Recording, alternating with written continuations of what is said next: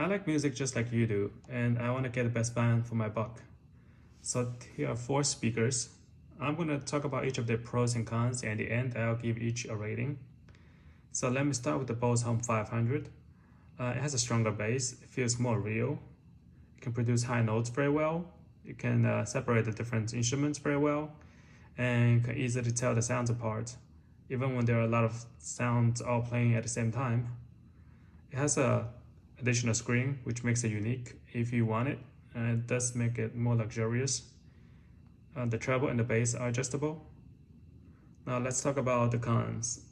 Um, the sounds do sound rushed when you're listening to them because there's so many different instruments going on at the same time.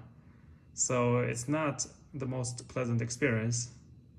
It just feels a bit rushed. So my conclusion for it is that it's well balanced, and most people will be happy with it. Now let me move over to the next speaker, which is the Sonos Era 300. The pros are that it has the strongest bass, it has the cleanest instrument separation, it sounds most natural and the most spacious, and hearing lots of stuff at the same time doesn't feel rushed. That's one thing that makes it unique. So it sounds most analytical because you can hear all the sounds at the same time without drowning out each other. The cons is that, well, it's not really a con, but also the conclusion is that it feels a bit overwhelming because it's a new listening experience for me to hear so many instruments at the same time without leaking into each other. So that's almost like magic.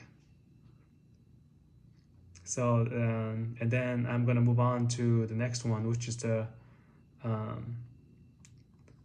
Amazon Echo Studio. Let's talk about the pros first. The pros is that sounds quite pleasant, and you're able to adjust bass, mid-range, and treble. This is the only one that allows to adjust the mid-range. And here comes the cons. Is that it doesn't have the cleanest bass. It can't reproduce frequencies like the high notes.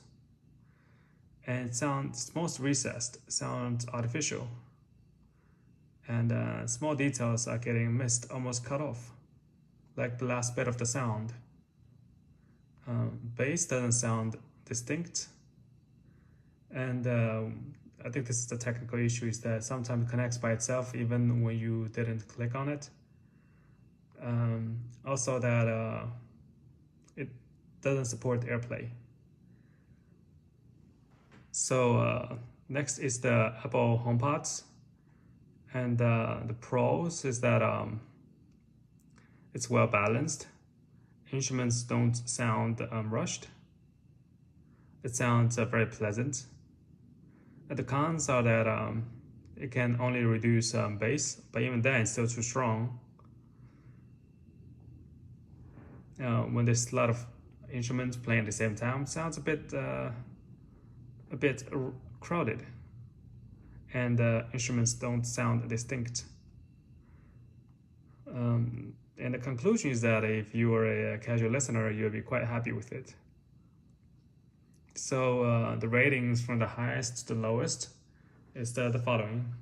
So I would say the Sonos Era 300 is the best, followed by the Bose Home Speaker 500, followed by the Apple HomePods, and the last one is the Amazon Echo Studio.